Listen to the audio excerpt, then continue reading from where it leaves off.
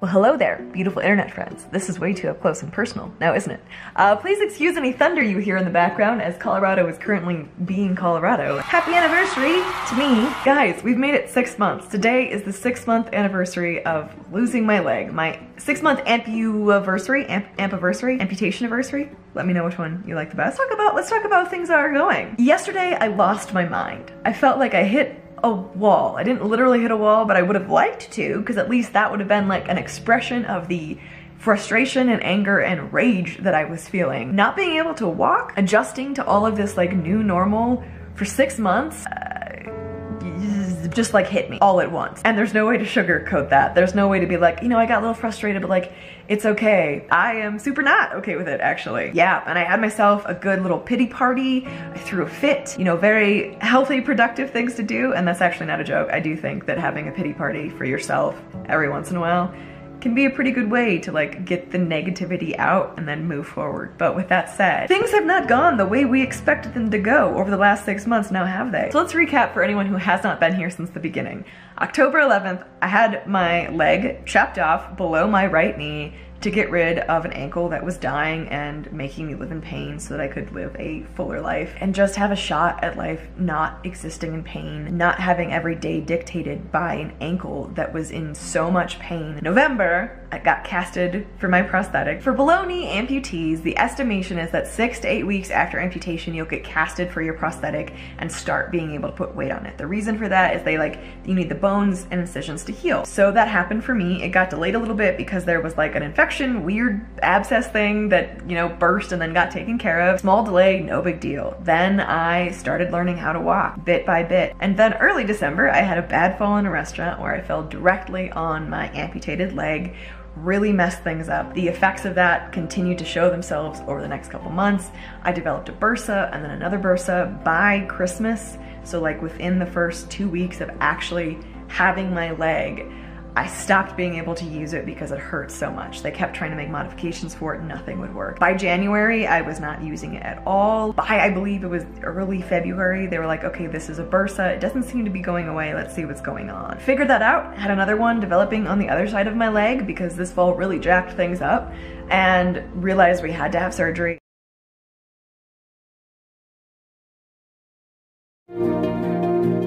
Good evening or morning or whatever it is wherever you guys are, my lovely internet friends. I am sitting on the floor of our Airbnb finishing laundry before we head to our next location tomorrow morning here in Ireland, but I wanted to share with you guys today what happened. We went to Glenveigh, Ireland friends correct me, National Park and Castle.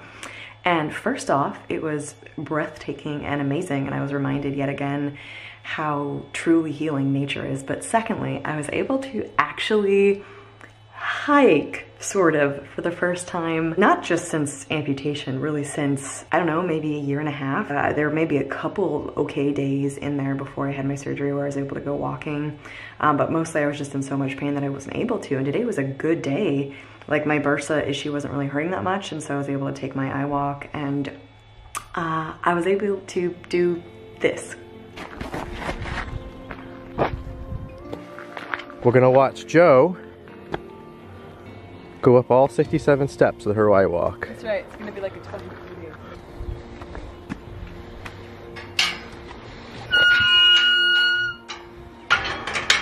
And they were never heard of again.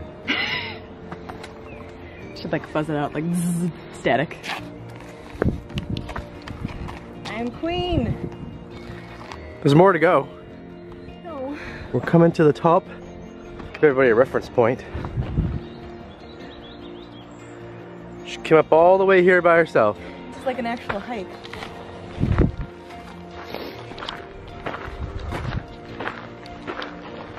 Well,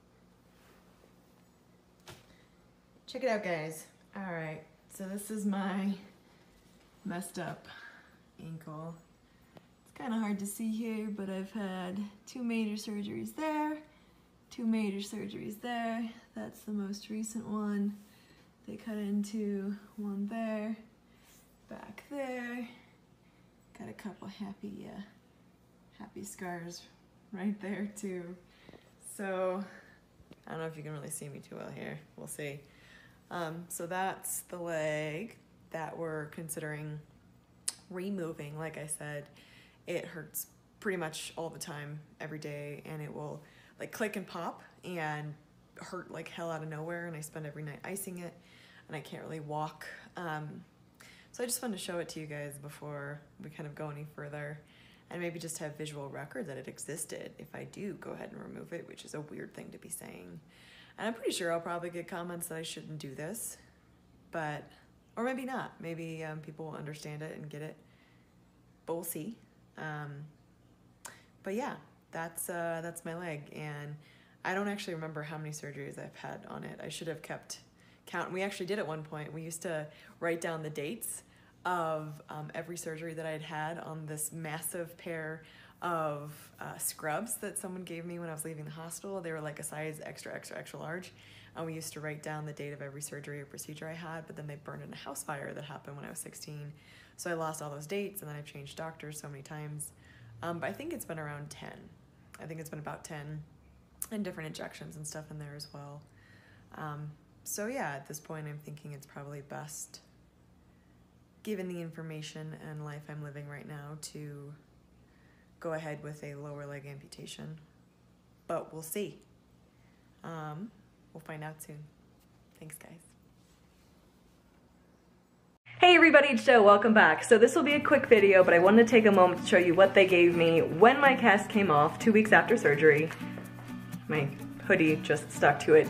Anyways, and walk you through putting it on and show you what it looks like. So first of all, they gave me this. This is a shrinker. It's like a really, really tight, sort of thick sock. Now my thigh really doesn't like fitting at the top of it, so it kind of looks weird, but it helps protect the end of my stump, residual limb, whatever you want to call it, and it also helps the swelling go down, provides pressure from all angles, which is much better than wrapping it with an ace bandage. So that's the first thing. The second thing is, it's really important to protect your leg or whatever part of your body has been operated on from falling. So you may have something that looks different, but it's probably gonna look like some version of this. This is kind of a brace. So I'm gonna adjust the camera a little bit here so you guys have a better angle of me putting this on. So you'll see at the end here, it is like really hard. That's to protect in case I fall, hit my stump, then I won't get as hurt. So I basically just slide it on like this. I'm going to start at the bottom and work up.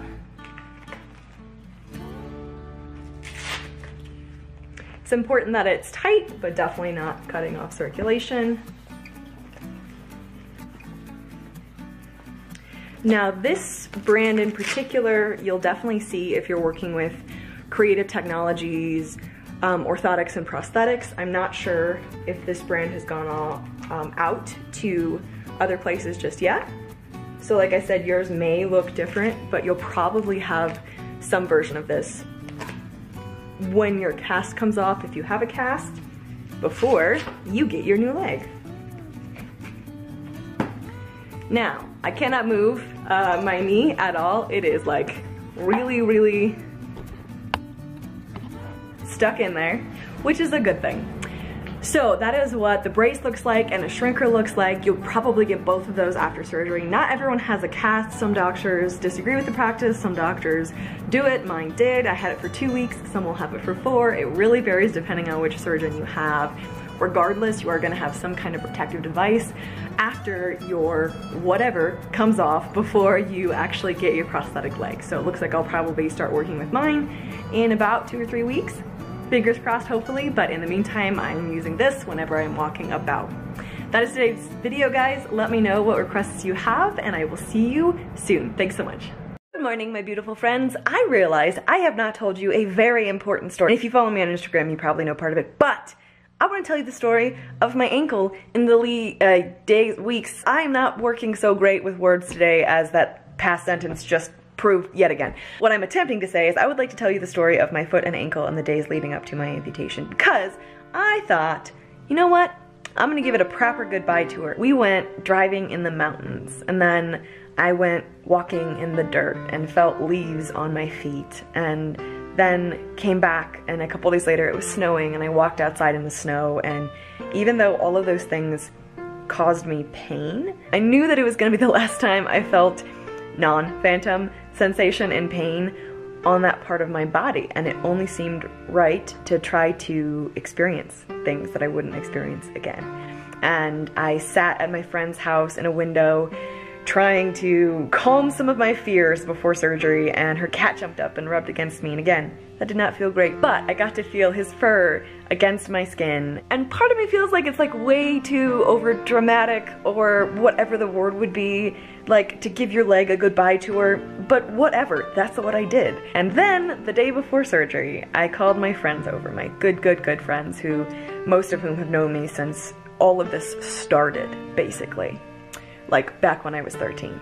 And they wrote goodbye messages on my ankle. Again, that did not feel good. And I had them, you know, not right on the part that was super painful to touch, but I felt like it was only right. And also it serves as a great protective measure against the doctor chopping off the wrong foot. Like I drew, you know, a dotted line with a scissor on it because I'm, you know, I have a dark sense of humor like that. My friend Maggie wrote Bye Little Piggies, which is just fabulous. And my friend Abby wrote a angry poem to it, which was awesome. I think Brian just wrote bye. And I wrote a breakup letter to it on the top of my foot saying, listen, we've had some good times together and I appreciate everything you've done for me, but this isn't working out. And then my mom signed it right before we went into surgery. I went into surgery, and it felt honestly really cool to be like surrounded. I felt like so many people, oh, I'm gonna like get emotional. Felt like so many people were like going into surgery with me, you know? Oh, damn it, I just put makeup on. Good morning, my beautiful internet friends. We are now 8 days post-op. Things are going super well, actually. Pain is really reduced. I feel like myself, almost. I have noticed that on a number of the post-surgery videos, I've gotten questions about what it's like to actually go under in general anesthesia and what my experience has been like, and is it scary, and how do you actually wake up, and what does it feel like when they put you to sleep? And so I wanted to take today to actually answer that question a little bit in depth. So let's do that. But first, let's make some coffee. I was waiting in the undertow, set adrift with fadeaway light poles, unaware of where my heart would flow. I was waiting in the undertow.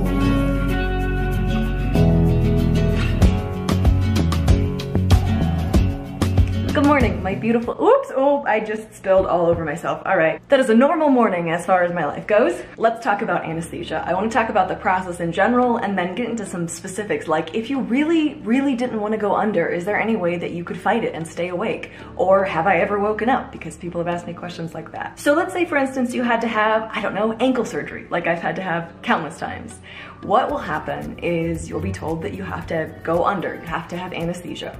If that's the case, your doctor or a nurse will call you at some point before surgery and tell you that you need to not eat or drink a certain amount of time before your procedure. That amount of time will vary depending on what kind of surgery you're having. Generally, you won't be able to eat 6 to 8 hours before, and you won't be able to drink anything 2 hours before. Do they do that just to be really mean and make sure that on top of being nervous and anxious and sleep deprived and not feeling great on the day of your surgery, that you also can't have coffee or breakfast in the morning? No, they do that because when you are under, your bodily functions are suppressed. So if you needed to throw up, for instance, you could choke to death and die. Complications like that can arise, so make sure you listen to their instructions on that. So you get to the hospital, you're getting ready for your procedure, your anesthesiologist is gonna come in and chat with you.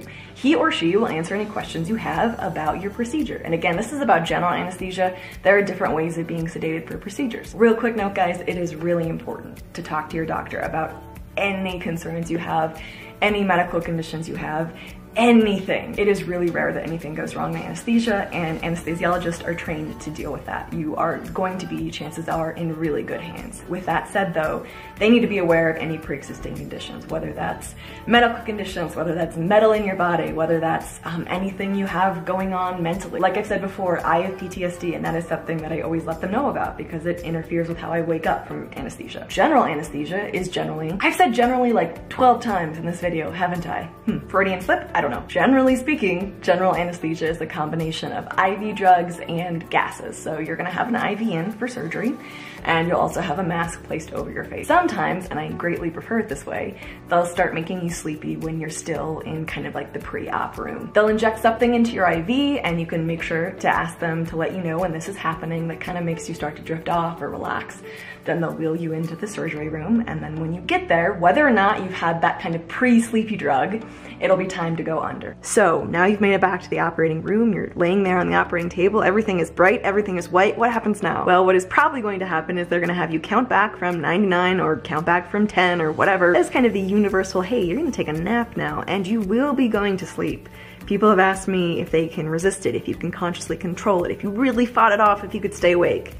No, you are going to be taking that nap. Because it's a combination of drugs and gases, you are going to go to sleep, and you're not actually sleeping. You're anesthetized. You are not feeling pain. You are not gonna wake up. The chances of that happening are so slim. That's not something you need to worry about. And yes, you will be taking this nap. I have had the experience of them giving me zero warning of me going under, and then I just wake up in recovery, and I really don't like that. That actually happened with my last surgery, and I made the mistake of not asking them to kind of give me a countdown. It can almost feel like going to sleep really quickly, but it's not like going to sleep in that you can stop it.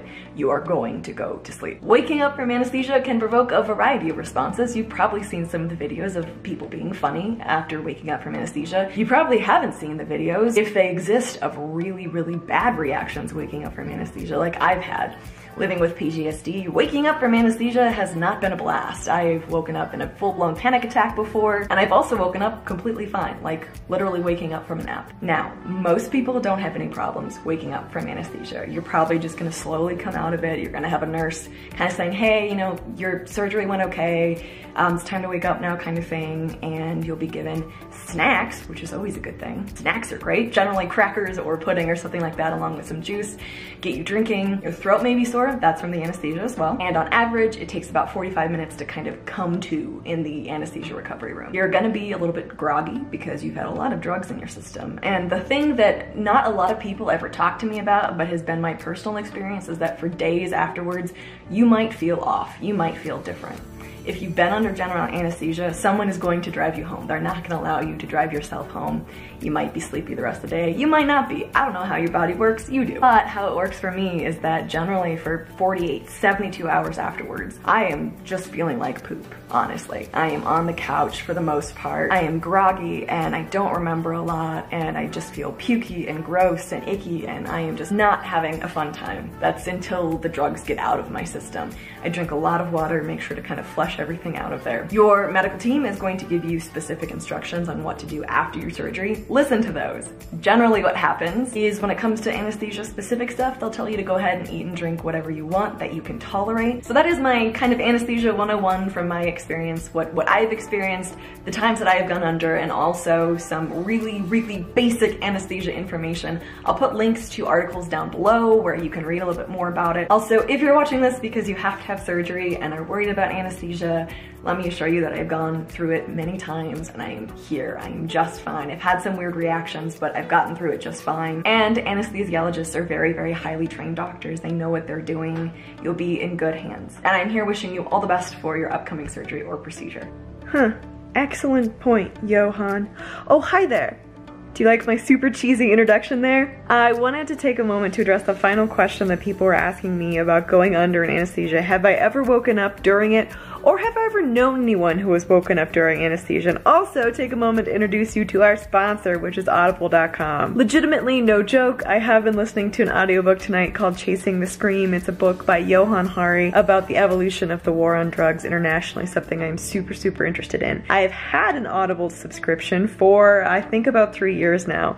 Audible.com is the world's largest library of audiobooks, and I really like audiobooks because I get chronic migraines. I don't have to have my eyes open to read when I'm listening to audiobooks, and so I really appreciate what they do. And if you check out the link right down below, you will get a free month's trial of their subscription service and a free audiobook, which I highly recommend. Like seriously, I love audiobooks. I'll listen to them in my car all the time when I'm driving around to work and things like that. So I love it. You might like it. Check it out. Now, on to the question you guys are actually here to listen to. Have I ever woken up during surgery or anesthesia? No. However, I did know someone who said that he did. Now, let's just get this story a little bit clearer first. It was early middle school, and this kid really liked telling stories. You ever known one of those people who like had to one-up everybody's story?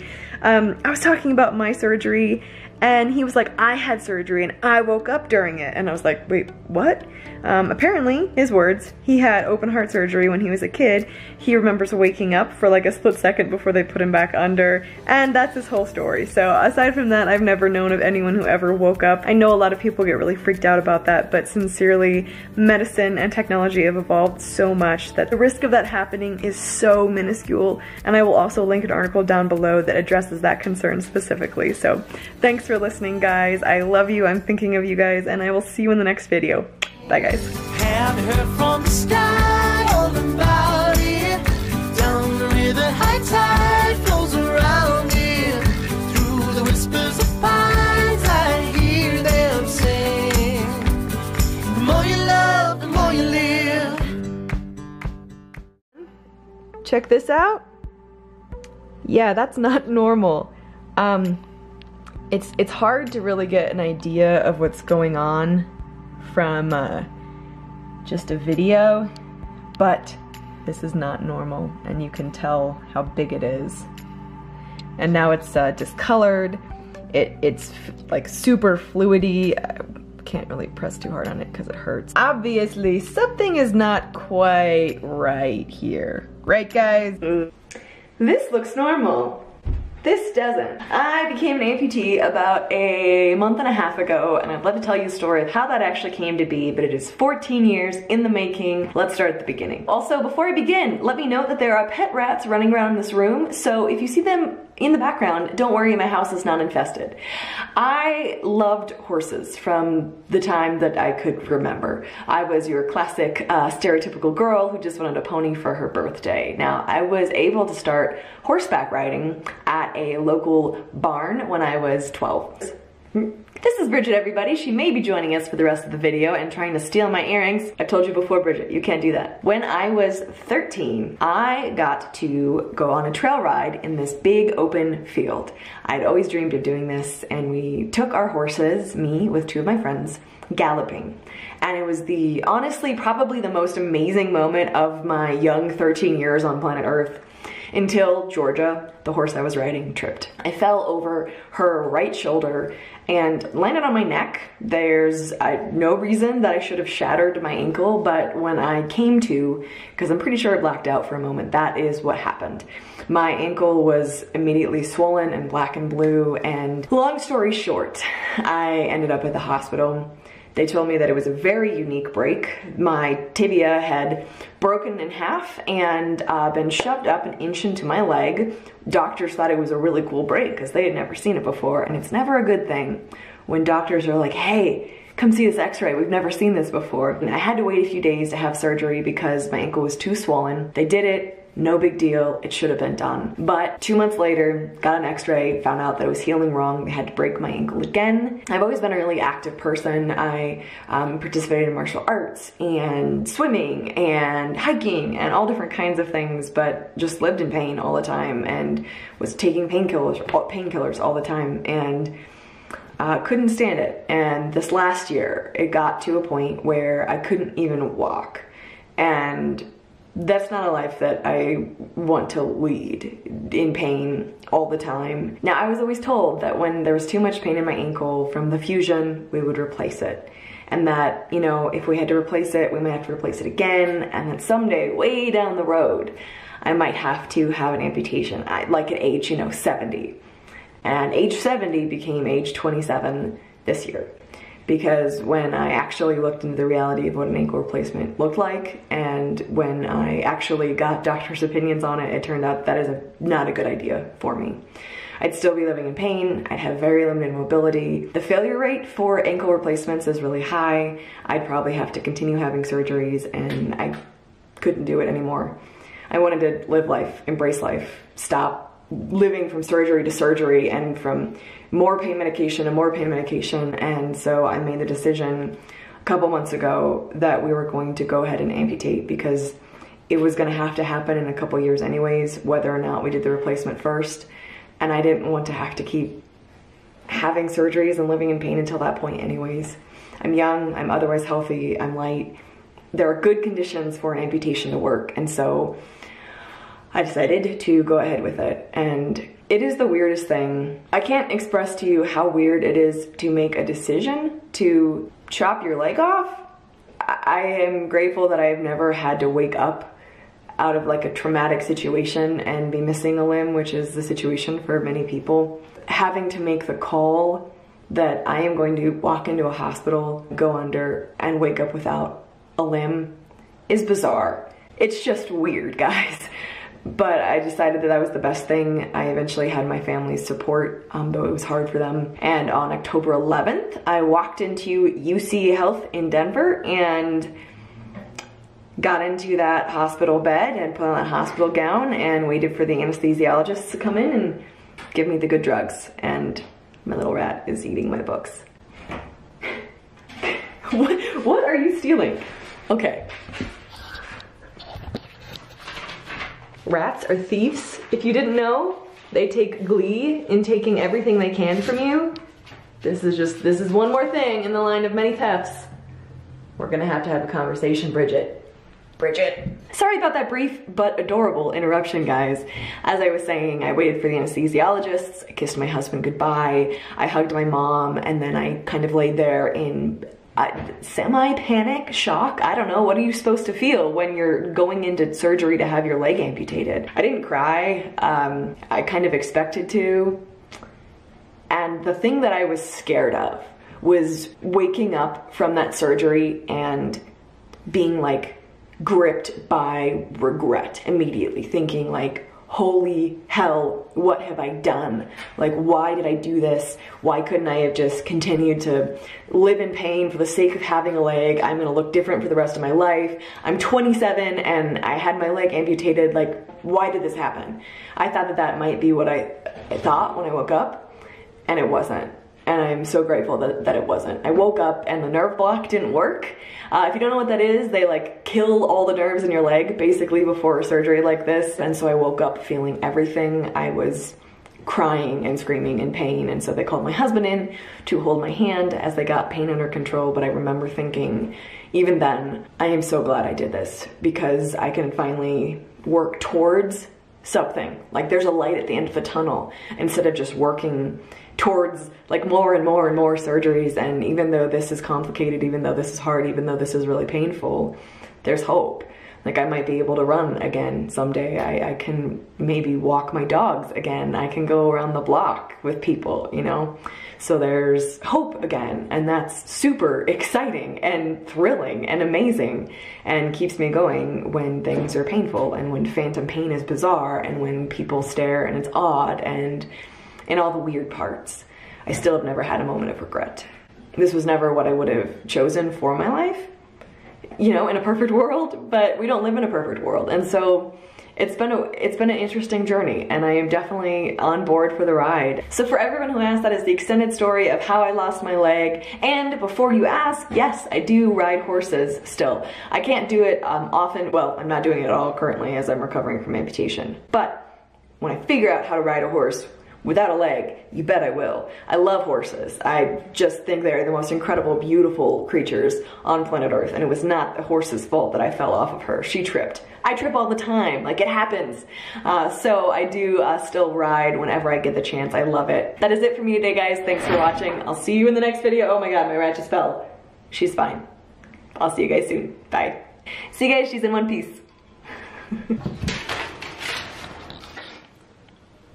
Hello, my beautiful internet friends. You may be wondering, Joe, didn't you just have surgery, and why are you looking so rambunctious and not post-surgical. It's because I recorded this video before surgery. I wanted to have a couple videos ready to go out to you guys in case I didn't have, you know, time, energy, or brain power to make them. And this was a question I've gotten a surprising amount of times in the past couple weeks. Why don't I wear a prosthetic leg? Now, if you have followed my channel for a while, you'll know the answer to this, but I wanted to give a broader answer that might apply to kind of people everywhere and amputees in different situations. So me personally, I am a below the knee amputee, which means that below the knee, I am missing my leg. I've been on crutches since January and it is now March, which means I have been low-key losing my mind, but building my upper body strength, so there's a silver lining to every cloud. Because, long story short, I developed issues in my residual limb. So I could not wear a prosthetic leg because it was way too painful. Now, fingers crossed that 4 to 6 weeks after this surgery, I will get recasted for a prosthetic because I do have a prosthetic leg. It's just sitting in a closet collecting dust right now because I cannot wear it. Hopefully at that point, I'll get recasted, refitted, and start that prosthesis process. I think I said that wrong. But I wanted to also talk about reasons why people might not wear prosthetics. For instance, my friend Christy Sita, who has an awesome YouTube channel, please go check it out, I've linked it down below, is an amputee about right here. And she has a prosthetic arm. She does not wear it. She doesn't wear it because she feels it looks weird. She doesn't feel like it's a part of her. It's not very useful. It's not very effective. And also it's longer than her other arm because of how it has to fit. So it's not something that she connects well with. She uses it in the gym and that's about it. I'll link the video that she specifically talks about this with, again, down below. Another really big reason why an amputee might not have a prosthetic arm, leg, whatever, is because they are insanely expensive. I am so grateful that I have insurance that helps to pay for all of this, but if I didn't have insurance, a prosthetic leg for a below the knee amputee, which doesn't require computerization, is about 20 grand. That's like for an entry level model, essentially. That also doesn't include all the appointments, all the fittings that are usually once a week for months and months and months. And then you have to have another socket, you know, a couple months down the road from there, which is another 10 grand. Now let's talk about above knee amputees. So if you're missing your knee joint, that gets a lot more complicated and prosthetics go over $100,000.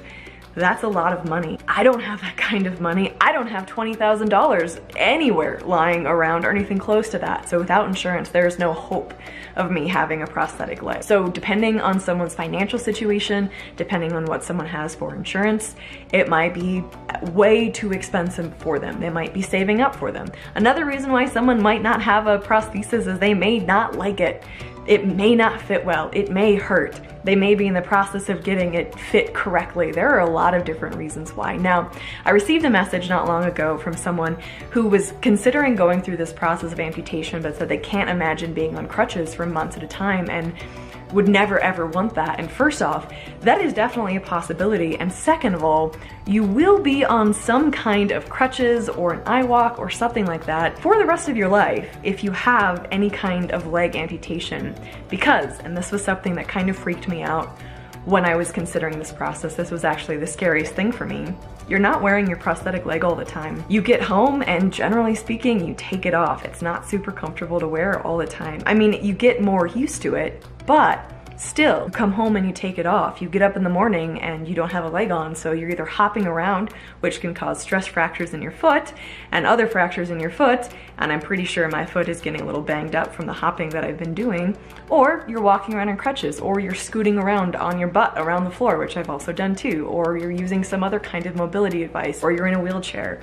Those are very real considerations for the rest of your life. Once you get a prosthetic leg, it's not like it's screwed onto your body and you wear it for the rest of your life, hooray. It is a constant process of readjusting it, retweaking it. For the first year about, you go see your new prosthetics guy about every week, about every 2 weeks to get things readjusted because your limb is constantly changing size. That is specific to leg amputees. I'm not sure about arm, elbow, shoulder, any other kind of amputees. I'm just talking about my own experience with that. Prosthetic limbs are amazing, but they're not easy. When I first got my leg and took my first steps, I think everyone expected me to break down like crying with tears because it was like this really cool moment, right? And don't get me wrong, it was a really, really, really cool moment. But also, it's not you. It takes a while, I think, to feel like this new metal piece is a part of your body. And so I found that once I had my prosthetic leg, it hurt to wear it. I was getting used to it. I didn't want to wear it all the time because I didn't feel like it was a part of me. This is gonna sound weird, I wrote a letter to it kind of as a therapeutic experience and kind of talked to it like we were on an arranged marriage. Like, we're stuck with each other now, we're gonna learn to love each other, we're gonna get used to each other, but frankly, I don't know how I feel about you right now. Like, I don't have any affection for you. Again, maybe weird to write a letter to a prosthetic limb, but it was therapeutic for me to do that because I didn't feel any connection to it. It didn't feel like a part of my body, and I know that it will eventually as I get used to it, but I didn't want to wear it all the time, even for the couple weeks that I was able to. There can also be serious attachment issues depending on what kind of amputation you've had, specifically where on your body it is, what your body type is. It can be hard for them to actually attach the prosthesis to you. There are just a plethora of issues that can come up, and so not every amputee has a prosthesis, and not every amputee that has one uses it, and not every amputee that uses it every day. It's a personal thing, it's a personal choice, and also it's expensive, like I said, and so it is not always within your immediate control. I feel like in public, we usually only see amputees walking around with their carbon fiber rocket foots fully adjusted, and so even that's kind of like, oh, interesting, weird to see, you know, but it's way less common to see someone completely missing a limb without anything replacing it. And there's not a darn thing wrong with that. And it's important to keep in mind that there are a lot of different reasons for that.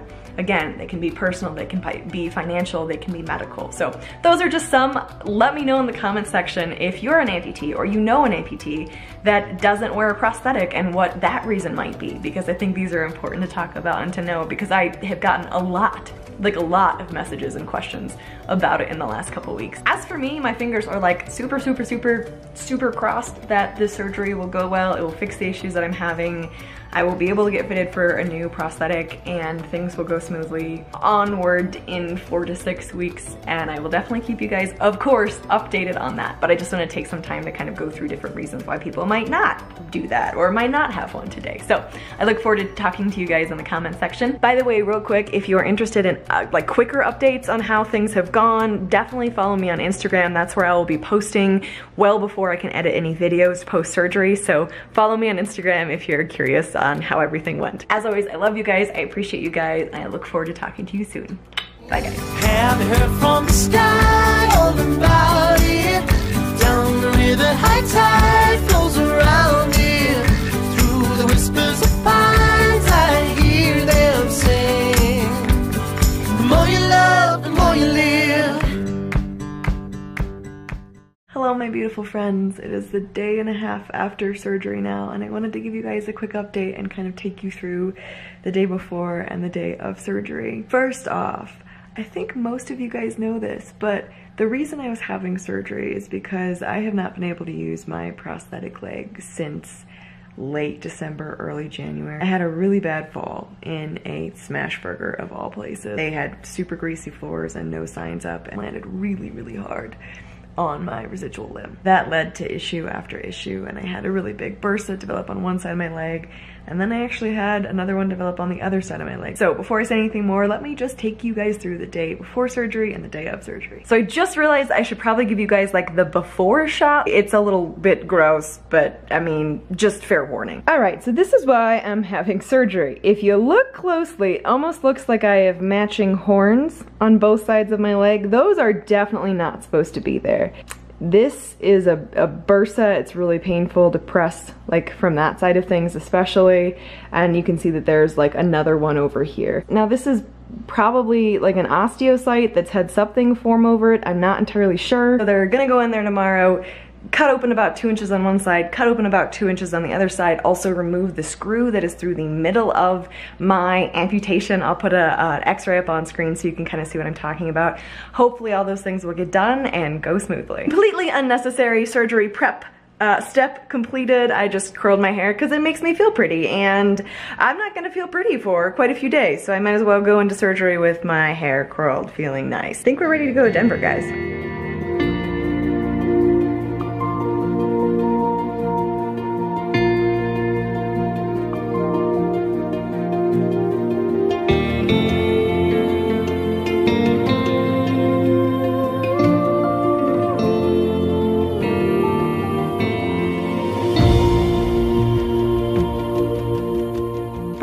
are safely in Denver in our lovely hotel room, which I'm super grateful for, and I'm tired and ready to rest. We stopped at a car show, which was super awesome, spent a couple hours there. He was super happy like a kid in a candy store, which made me happy to see and helped me kind of relax before all of this. I feel ready for this. I feel ready to get it done. I have a lot of fears and a lot of doubts, but more than anything, the predominant emotion is, let's do this, you know, it's time. And so I'm ready to rest up.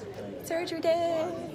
So, Jordan, how do you feel about Smashburger in this moment? They caused this whole problem. They did. You see your bumps. See the bumps? Got that guy. Oh my god. Got that guy. Jesus Christ. I know, it's beautiful, isn't it? It's Smashburger, not Smash Jordan. Yeah, come on, guys. Got my sock on. Want some warm ones? I'll get you warm ones.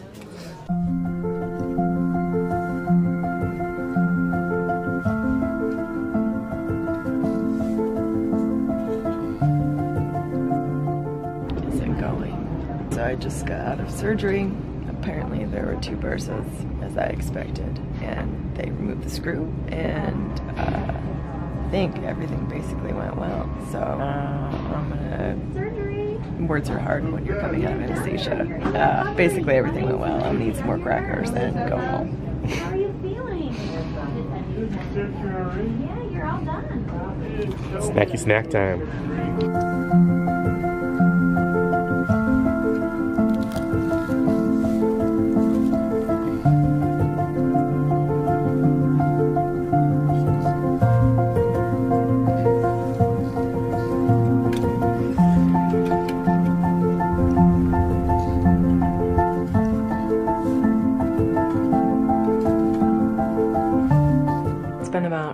Since surgery. I'm safely home. I'm elevating my leg and icing it, kind of 20 minutes on, 20 minutes off. I've been sleeping a lot. Good morning, friends. It is the day after surgery, morning after surgery, and I just got done reading through so many of your comments. I'm truly blown away by your thoughts and care and concern and just everything you guys have said. I can't tell you how much it brightens my day and touches my heart, even when I'm groggy and barely with it like I am right now. It really makes an impact on me, but I wanted to give you kind of just a quick update before I go back to sleeping, because I'm pretty out of it. Made it through the night okay, slept for like 2 hours at a time, and then I'd be up and then down again. When we were getting discharge instructions from the hospital yesterday, the nurse said, you know, in regards to coming out of anesthesia, she gave like this long list of symptoms and then summed it up by saying, basically, you're just gonna feel like crap for the next 24 hours, and that's so accurate. I don't know if anesthesia does this to you guys, but it's more like 48 hours for me. I just feel like I've been hit by like a bus, and I'm exhausted and groggy and nauseous and just like feel like poop. So I still feel like poop, and I'm just gonna try to keep my eyes closed and rest and get rid of this headache. Pain has still been pretty okay. Like, it hurts, but it's not bad. Keeping it elevated. We got that. It's under a blanket there, and I'm gonna just go back to resting. I'm honestly not sure how many of these sentences have made sense because I'm pretty out of it, so I'm gonna turn the camera off and just take care of what I need to take care of, which is going back to sleep. That brings us up to current date, which is now late afternoon on Friday. So surgery went really well, but something that was kind of funny, I thought, is my doctor talked to Brian and my mom. He called me a trailblazer because he said he had not seen these kind of issues develop the way that they did before. Like, he'd never seen it before. My body just does weird things, but hopefully this will be the end of it. He doesn't expect them to reoccur. They happened because of the fall, and the screw is out of there. Generally speaking, more than, I think it's 60% of screws in Erdl amputations, which is the kind of amputation I have, those screws end up kind of unscrewing themselves, and so you end up having to have surgery, down the road again. My screw was solid still, but I didn't want to risk that, and so I asked him to take it out if everything looked healed enough, and thankfully it was, and so we removed the possibility of having to have issues with that screw down the road. He took that screw out, fixed up everything in there, and now this just needs to heal. The swelling needs to go down and all that. So basically, stitches are in for 2 weeks. I'm taking it super easy for 2 weeks, and then after that, It's really just letting the incisions heal and pain go away, and then I'll get recasted for a prosthetic if everything goes according to plan. So that is the latest and greatest. By the way, if you're seeing that my leg looks really funny colored, I promise you it's not infected. They basically scrub your leg down in stuff for surgery, and it makes it change funny colors until you can like fully wash it, which I can't do because there's, you know, bandages and stuff on it right now. So not to worry, everything is normal. And with that, I'm gonna turn the camera off and get back to resting. Very busy, just packed schedule today with resting and recovering and getting all the anesthesia drugs out of my system. I've been chugging water like nobody's business, trying to kind of flush everything out of here. So hopefully I will feel like myself sometime in the near future. I love you guys. I'm thinking of you. Thank you again for everything, and I will keep you guys updated. I'll talk to you soon. Bye. It is amazing how much energy it takes to like put words into words when you're this tired. I think it's clear from that sentence that I should just stop talking. Have you heard from the sky all about it? Down the river, high tide flows around it. Through the whispers of pines, I hear them sing. The more you love, the more you live. And it will be okay. Like nothing but a stranger now.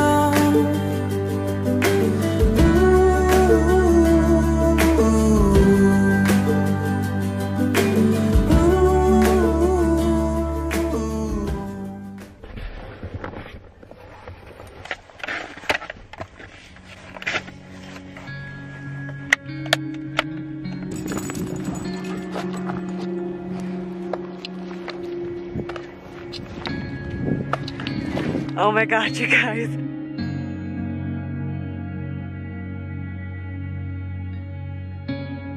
I'm so very sold on the iWalk. This just allowed me to walk my puppy dog.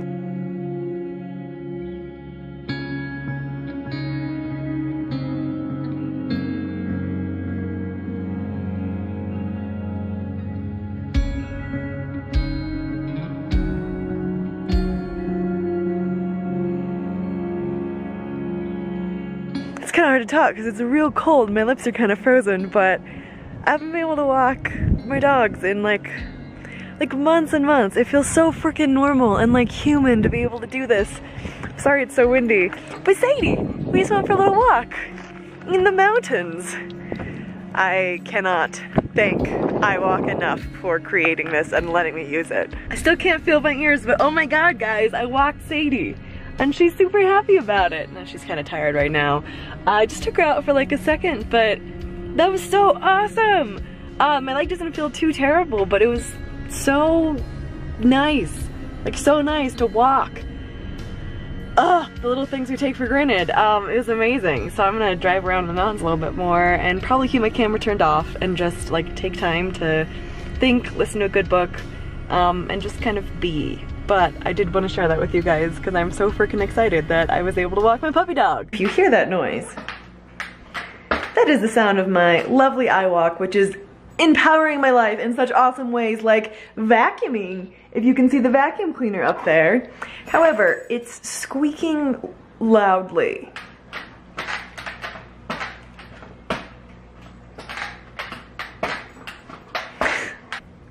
That noise gets super annoying, but is totally worth it. I have to figure out what I did wrong. I did something wrong. I gotta fix it. Oh, you don't want to be in the video? Okay. Well, since this video is chock full of puppies anyways, I figured I would show you guys Sophie's little birthday party. She turned 2 today. She is still up at my parents' house. For those of you guys who don't know, we have 3 dogs, actually. It's not just Sadie. We had to drop off Sadie because we're going to Ireland, and so my parents are watching her and other 2 dogs until I am recovered from surgery, so we had to say bye to them. But we got some pretty cute footage that I'm gonna share with you guys right now. It's your birthday party, Sophie. Your 2-year-old birthday party. Monkey's not very participatory.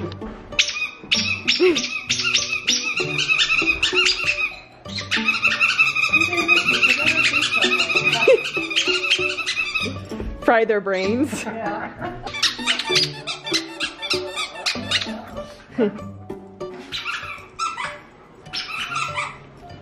Oh, Monkey's interested now. Oh, you want it?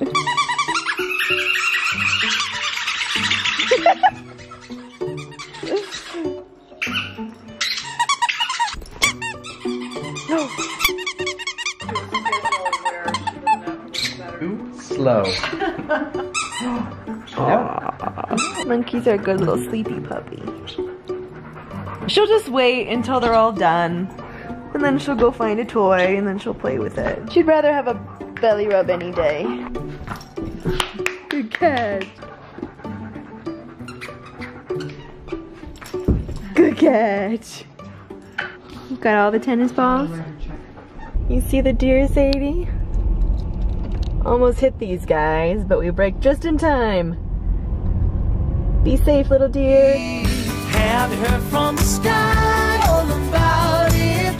Down the river, high tide flows around it. Through the whispers of pines, I hear them sing. The more you love, the more you live.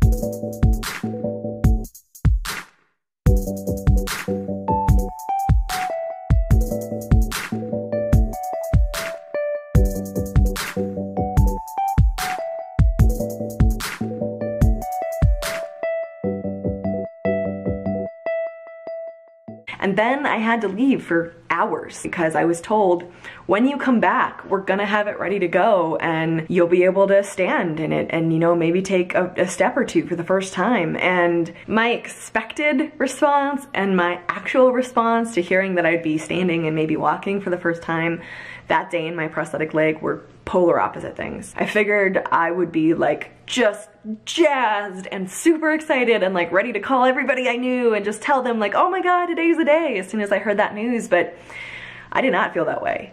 I felt nothing like that. Got word that I would be able to, you know, stand and maybe take my first couple steps today, and you would think that I would be super excited, and instead I like feel this crushing exhaustion and apprehension, like so much fear. That doesn't make any sense to me. I'm not sure if it comes from feeling like if it's fear of just like the unknown and the next step or what, but this should be something that is just, I shouldn't use the word should. Should is the only like bad word in my therapist's office, because there is not a should when it comes to dealing with anything. But I feel like a normal reaction to this news would be like ecstasy and like, oh my god, let's go celebrate today, you know, and like, ah, this is great. But I just feel like almost angry and upset and sad and like I don't want to do this today. How weird is that? I'm gonna have to work on trying to figure out where that's coming from, because it's so weird to me. And understand that while intellectually I was incredibly grateful for this, I was thankful that this day was here, all of that, emotionally I was exhausted. Emotionally I was very unsure if this was gonna work. I wasn't sure if the pain because of the fall was gonna be too much. I was tired of having to feel like I had to be a certain way. I think I felt the pressure of having to feel like I had to be excited, and so I just was like crashing. I was just like feeling all of the emotions and so tired. And so I ate junk food. If you watch the first prosthetics video, you'll see that in that video I went to a McDonald's and couldn't get ice cream. We went to that same McDonald's. I could get ice cream, thank God. Is there anything that sugar and dairy and cookies can't fix? I personally think it's the best fuel for new and scary things, because your body needs to burn calories. Here's some calories. So here's some Burn away. here's some calories. It's a big deal.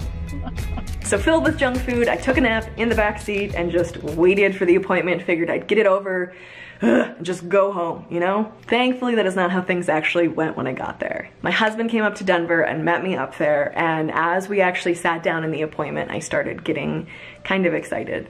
And as I met with my prosthetist and we started getting things fitted, and I started learning like how to actually put it on and got to see it, and all of that, I started feeling like more and more on par with what I kind of expected to feel, but it all came together when I was able to like actually stand up in it for the first time and then take a couple steps.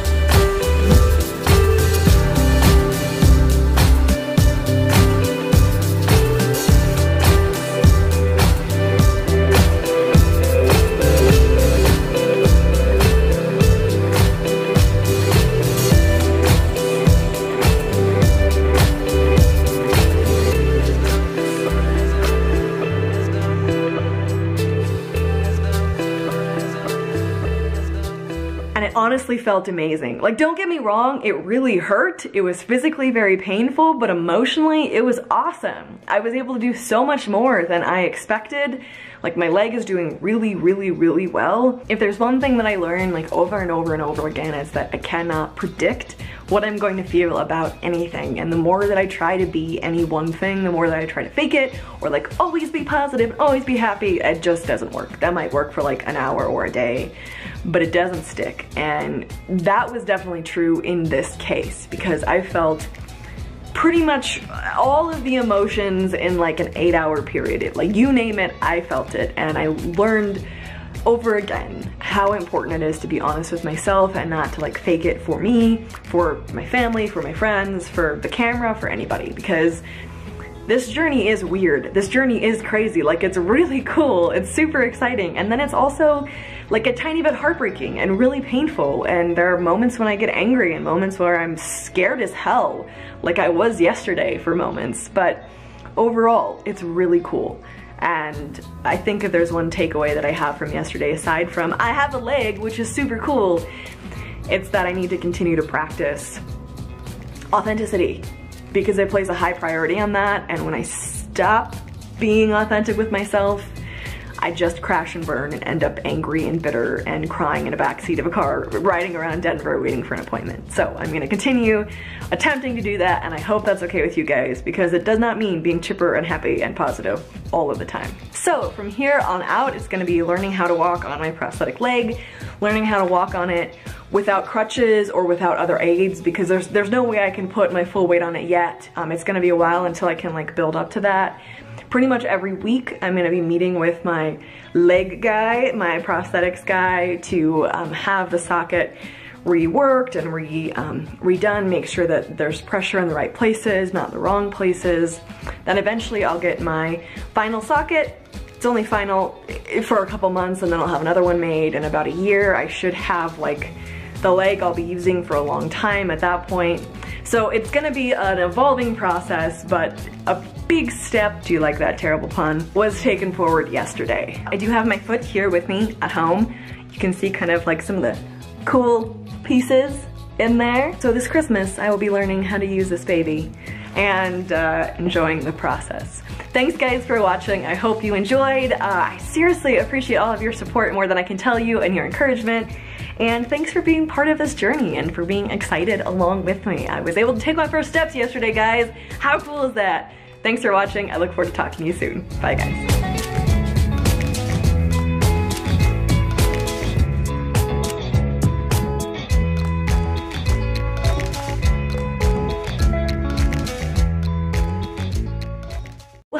my beautiful friends. I am faking not being super nervous right now because this next video, the one that you're about to watch and the one that I am currently editing, I am really nervous to put out there. And I just wanted to give anyone watching this a quick trigger warning because there's content in here. It's not graphic, like don't worry about that, but I am going to be covering subjects related to sexual assault and abusive relationships because the story of my faith, what exists of it, is very interconnected, intertwined with some not so awesome stuff. So if you're not in a place to hear that, skip this video and maybe watch cute puppy dog videos instead. Without further ado, here's kind of the story of the last few years of my life. I'm just gonna stop talking and let you guys watch it and go not throw up from nervousness.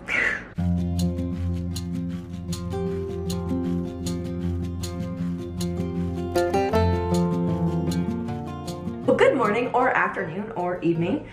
Today we're gonna talk about faith, but please don't navigate away just yet because I'm not gonna proselytize, I think that's the right word, or evangelize. I just wanna share my experience. I don't have a super duper strong faith. I used to be that super religious, good homeschooled Christian kid that you've probably seen stereotypes of, and so I wanna take a few minutes today to kind of share my story. People have asked me if I'm like mad at God for taking away my leg, which side note, he didn't. I made the choice to get rid of it because it caused too much pain, but I did want to talk about faith because I think faith and health, just like faith and anything, are often very interrelated, intertied in our lives. And also, while I'm doing that, remember the Kind Notes company? They also have these cool mats, and they sent me one for free, which was super nice of them. And I'm gonna open it up and replace this rug with that rug. The trick is going to be not getting crushed by the box as I put it down. All right, well, that was anticlimactic. It's actually not that heavy. I was homeschooled from the time that I was like pre-K up until I was 16. When I was 16, I started going to a charter school. My parents had and have very strong Christian faith and wanted to share that with my brother and I, and so we grew up in the church, and I super adhered to that. Like I was hook, line, and sinker, you've got me. I was full steam ahead. I was probably more on board with Christianity than, I would say like anyone in my family, but I don't mean that in a bad way. I just mean that like I did the role really, really well all throughout my high school years. Everything I did was about my faith. Everything I did was about God. I went to like a bunch of conferences. I was always going to youth group. I would start Bible studies at my school when I actually like started going to a charter school and stuff like that. And then I went away to a Christian college, but only for a year. Oh, come on. Success. All right. I did not think to bring scissors up here because I'm not that smart, but that's okay. That's what we have hands for ripping and tearing with. That's probably a weird thing to say, but why else are we here, right? Success. So I went away to Christian college, had an amazing experience just for a year there because after a year, guess what? My ankle died, got very, very painful and made it so that I couldn't walk, like I couldn't walk around campus. It just got really bad. Again, I had a doctor there tell me that I was gonna have to have another fusion, which is a pretty severe surgery, something that would be difficult to have when you're away at college. So I had to move back home, and I started going to this house church run by a family that I'd known and loved most of my life. That's where things kind of took a weird turn in my life, and this is where I get a little bit nervous talking to 65,000 of you, or however many clicked to decide to see this video, but hey, I'm here to be honest and authentic with you guys, and my assumption is that many of you have had similar experiences to what I'm about to share, so I'm gonna go ahead and share it. I met a guy at that church. He was serving in a position of leadership, and essentially he was the world's biggest creep. He was a lot older than I was. I was 19 at the time, and he was a very abusive, very manipulative person. And we entered into a relationship, kind of. It was very secretive because no one could know, because shocker, he was doing this to other people. Over the course of about 11 months, things got very, very bad, very sexually abusive, very mentally and emotionally and spiritually abusive, which culminated in 2011. I was sexually assaulted repeatedly and was able to exit that relationship. Now, the issue, along with that being an incredibly traumatic experience that changed me on a permanent level, was that he was a pastor. And so much of the spiritual abuse and manipulation tied in with how the church as a whole responded to me in the aftermath of that really messed me up. And so everything that I had known about my faith just came into question. And everything I believed for so long about humanity and people being good and like the world's a good place just crashed and burned, right? And I questioned everything, just everything. The good little homeschooled Christian girl was so gone. And the next years were really, really, really dark. I didn't like totally abandon my faith because I couldn't, like I tried. I was like, peace out, God, I hate you. But it just didn't work because I felt like he was still there. Like whoever God was, I felt like he was still around me. And so I basically stopped investing in my faith until I met Brian, who was super atheist at the time, but he knew that there was like a piece of me that was missing because I talked about how important my faith used to be. This is where Brian should get so many more points as a human being because he's just amazing, because he did not care about like faith, but he was like, Joe, like I know this really mattered to you. I know this really hurt you, but why don't we start going to church together? Like, I know it's a scary place for you, but like, let's give it a shot together. God, he's so awesome, guys. Brian, I mean, like, God's awesome too. So we started going to church together. We took a couple like basic Christianity classes because I was like, maybe I just don't know anything. So that started like sowing little seedlings of faith where I'm like, okay, well maybe I can have a relationship with God and maybe God isn't super scary, because anything about God or Christianity was tied to like so much betrayal and so much trauma. Not just what happened with this abusive man in my life, but also what happened with the church as a whole and how they responded to me after I had been in that abusive relationship. So almost 2 years ago now, I found out something as I was like reestablishing my faith that kind of made it crash and burn again. During the previous 5 years, I had been meeting regularly with, being mentored by, being counseled by, in survivor groups with. Actually, this guy did Brian and my premarital counseling, and he married us. And he was a family friend for a very, very, very, very long time. Very integrated in my life. I trusted this man. He was like decades and decades older than me, right? Also a pastor. Found out 2 years ago that he's actually a registered sex offender who had abused women in 3 different countries. Yeah, so the little seedlings of faith I was talking about got stomped to the ground again by the fact that the person who was like nurturing my faith and who I trusted turned out to be yet another monster in my head. Weirdly enough though, that experience of being like, oh my God, the person who I like trusted to be a good person and like the person who I really thought had his faith together and was like really living his life like Jesus lived his life or whatever, was just this horrible person. That experience made me really realize that like, oh, I think I'm putting my faith in people a little bit too much. And so the past 2 years have been a journey for me of really separating any faith I have, I'm talking like spiritual faith, from people, and making that more of a personal journey between me and God. And, you know, having conversations with people, sharing experiences, but leaving it at that, because trying to engage in any organized anything has always been a very traumatic experience for me in recent years. And so I do have faith. I absolutely do have faith. And I think that God has helped me through quite a few things in my life. And I've definitely felt a presence in a lot of really dark places in my life. With that being said, I struggle to like classify myself as Christian because I don't read the Bible, even though I think there's so much wisdom and so much love in that book. It's just so triggering and so traumatic for me to open it back up because of all the bad memories there. I'm not putting this together. I need to pause. Actually put this rug out because I said I was gonna do that. Oh no. As one might expect, it has like the straps on it and I have no scissors, or do I? Aha! Great success, guys. I'm really looking forward to when I don't have to crawl around the floor like a puppy dog, but hey, that day will come eventually. This is actually pretty cool, guys. This is not a paid ad. Like I said, they sent this to me for free because they're super, super nice and I thought it actually might help. I'll put the actual company down below and a link to this rug if anyone is interested in it. It's made of like squishy foam. I should stop brandishing weapons at you guys, huh? That would be a nice thing. Here's the moment of truth, guys. Legitimately a lot better. It's very slippery though. I hoped that would look cool. I'm guessing, no, it probably looked really cool. I'm probably super awesome. We're just gonna go with that theory. Also, circling back to the idea of faith and health, if you struggle with chronic pain, with chronic illness, with major life-changing surgery, and of course this extends to anything else as well, but I think that faith often gets called into question. A lot of, why questions come up, like why did this happen?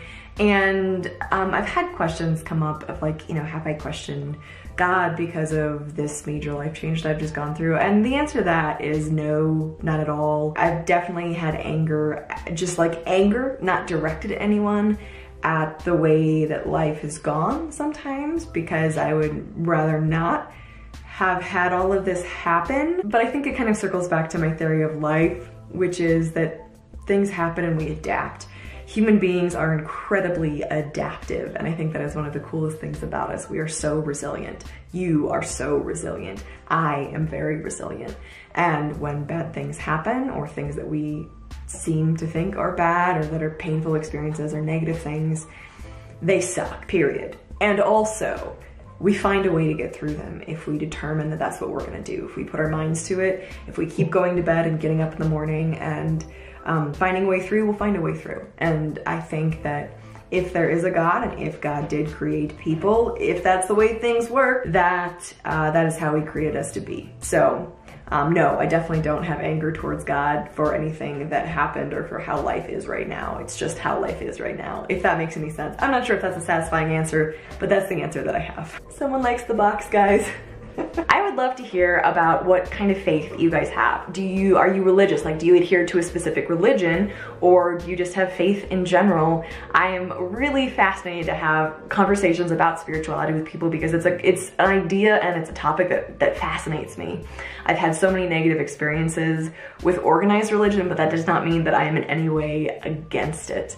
I know that different things work for different people, and everyone has a different belief system. So I would love to hear your thoughts. Also, to the person who sent me the White Throne of Judgment, which was a Christian tract, if you know what those are, I appreciate your concern for my soul. And also, if you want to send me a return address, because it came without one, I would love to write you back. I would love to have a conversation with you. By the way, BL Page 2, I got your package full of the 90 and the 92% dark chocolate bar. I just wanted to say thank you, and per your request, I did like the darker one a little bit better. The darker the chocolate, the better. Like, if I could just eat 100% dark chocolate, I don't think that exists. It probably does. I would probably do that. It's delightful. It's very bitter, but it's so good. Okay guys, I need to find a home for that old rug now, and I will see you later. Bye guys.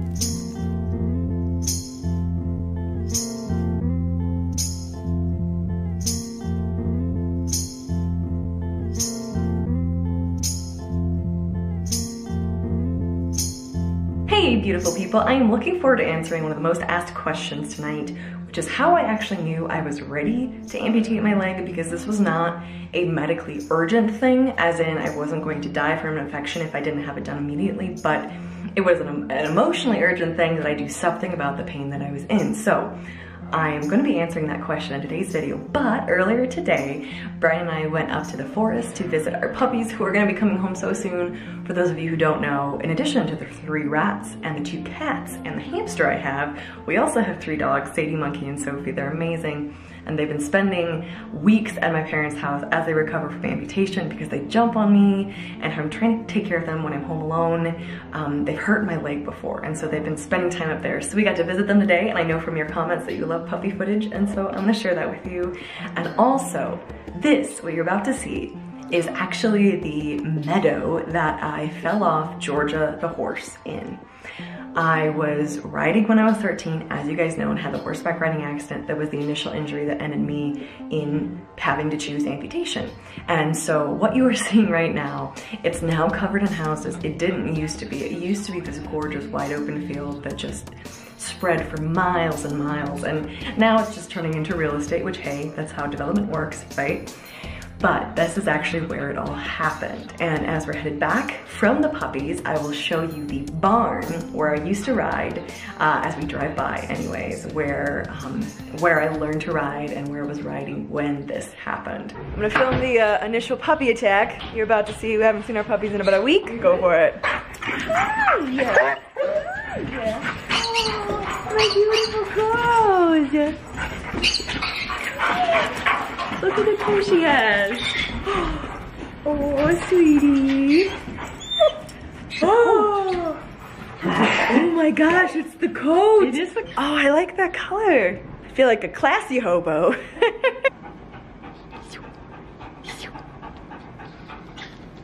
Maybe she remembers some of her old tricks. I'm gonna get it. Sit. Down. Good girl. Sit. Good girl. Shake. Okay. Chunky. Stay. Sophie. I used you at the airport parking lot. Oh my god. You're so pretty. Thanks for bringing me, but we'll begin in a second. So we are just coming up on the barn where I was riding Georgia the horse that I fell off of by no fault of this barn. Maybe I'll actually go visit it someday on camera if you guys are interested in, but this is actually where it all happened. I worked here for many years of my childhood and knew all the horses, worked with all of them. So that's where it all began. So the question that people ask me all the time, how did I know when I was ready to actually take the plunge and choose amputation? And more specifically, I got a message earlier this week from a viewer directly on Facebook asking me, he's in an unfortunately similar situation to what I was in, where he's in pain all the time. There are no good medical options left. He's really thinking about amputation. People kind of think he's crazy, and he asked me, you know, what he should do or what my thought process was. And so I'm gonna address it from that kind of an angle. And I would never advise anybody on what to do.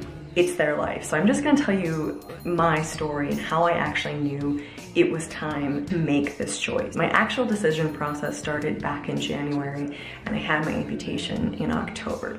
So I had about 10 months to mull this over and make this decision. I started watching a lot of YouTube videos of below the knee amputees and like what life would look like with that. And I like spent my time doing this and like clinging on to hope. And I started realizing that I was feeling excitement and hope when I thought about what the future could hold without my leg.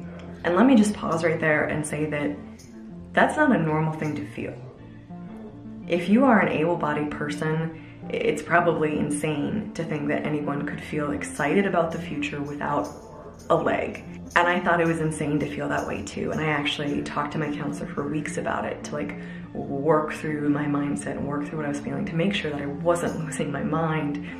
And let me just say that if anyone is finding hope or tiny little nuggets of excitement for the future in removing a major part of their body, for me, that was indication that I was ready to make this call.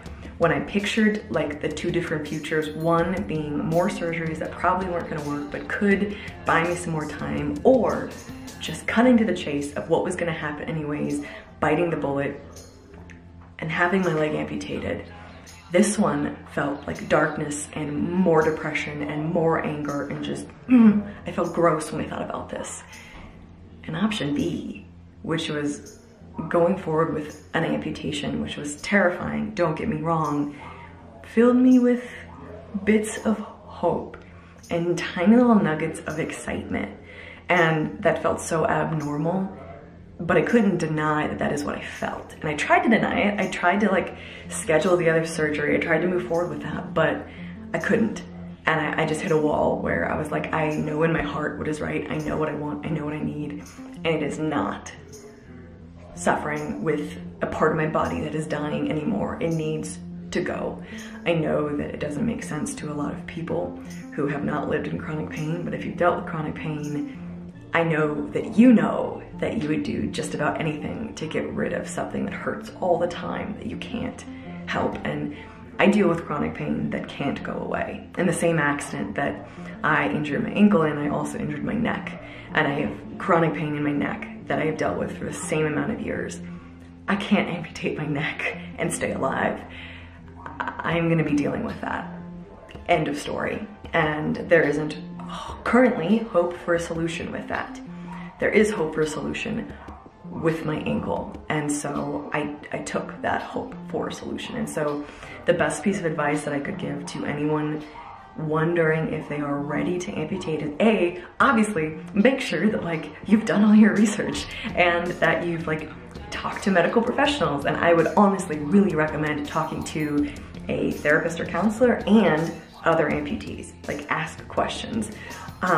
But if you are finding hope in that future after sitting with it for a while, after thinking about it for a while, and that still sounds like a good thing, like we're not biologically programmed to want to let go of our limbs.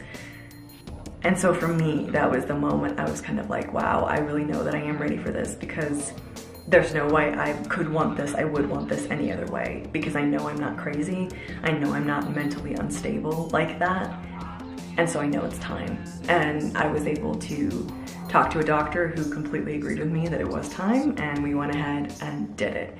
And so that was my thought process, kind of going into this elective amputation. I still hate the word elective. I'll do a whole video on elective amputation if you guys are interested. Just really what that is, but it's not like I wanted it. It's not like I was like, hey, this sounds like a great idea. It's like, this was going to happen one way or another eventually. And I'm young, healthy, light. The situation was good. I had good health care insurance, you know. So that the stars were aligned where it can make sense now. I was in pain all the time. I would like to keep my leg, but we don't live in a world where that could realistically happen and I could live the life I wanted to live. So I made a decision to have an elective amputation. So that's kind of how my thought process went into making this call. Also, I know that there are people who are gonna comment on this and call me crazy and stupid and dumb, and that's okay. I totally respect your opinion, and we live in a country and a world where you are allowed to have an opinion, and good for you. But I know that I'm not crazy. I know that my decision wasn't stupid. I'm still glad I made it, even though it's very painful, even though it's emotionally exhausting and difficult, but it's cool. I'm glad I got to make it, and I'm glad I'm on this journey, and I'm so freaking glad that you guys are with me. You have made this fun and exciting and have given me something to look forward to even more every day. So you guys rock. Thank you so much. I love all your messages and all your comments. So I would love it if you kept them coming, and I can't wait to read them and reply to as many as I can. I'll talk to you guys soon. Bye. My headband, Lewis.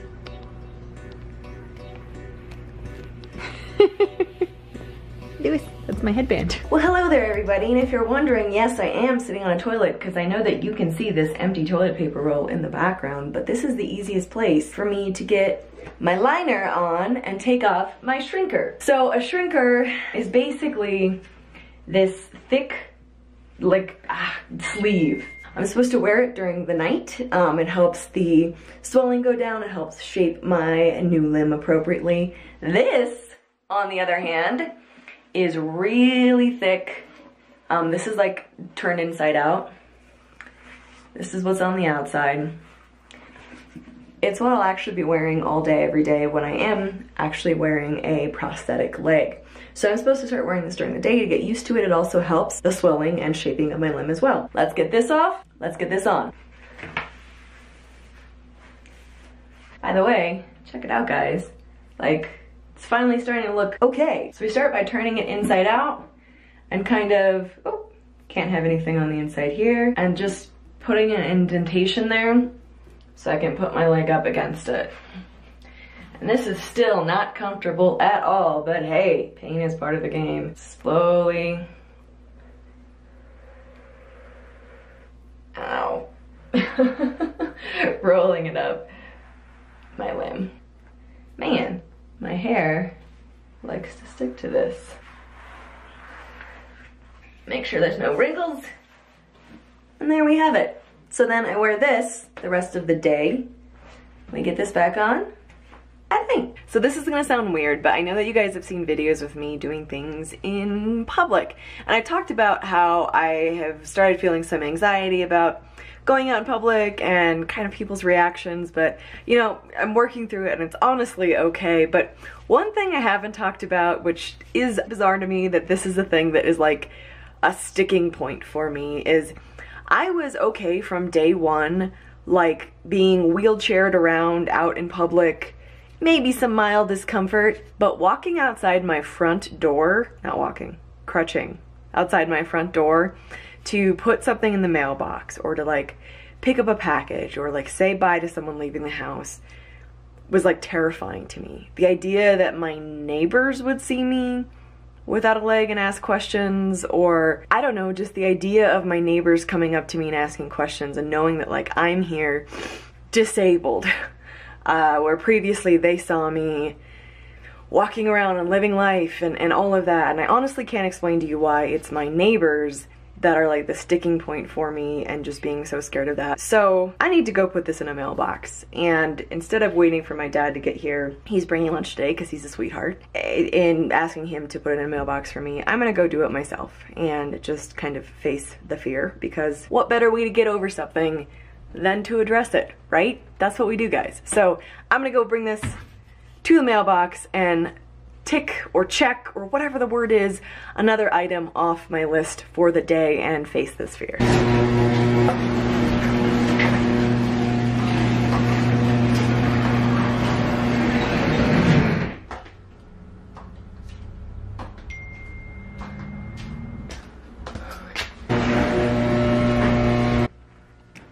I didn't die.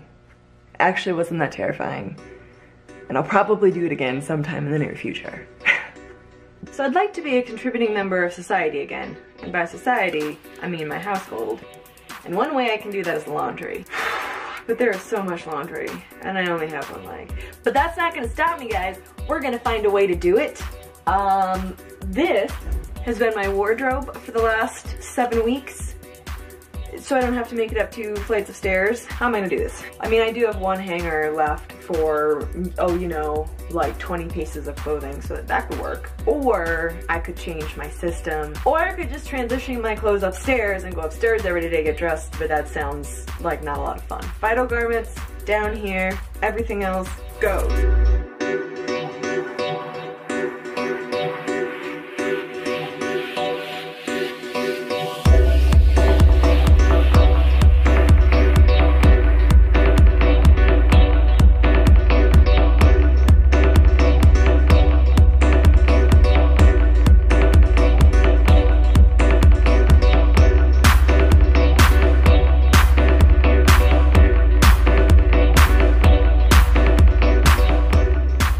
My first day washing my liner, which we have over here, which smells horrendous after a day of being worn.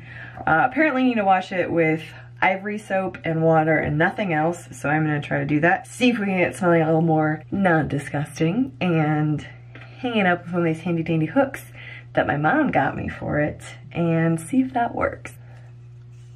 Ivory soap, because totally unperfumed, antibacterial, because apparently that will eat at the liner.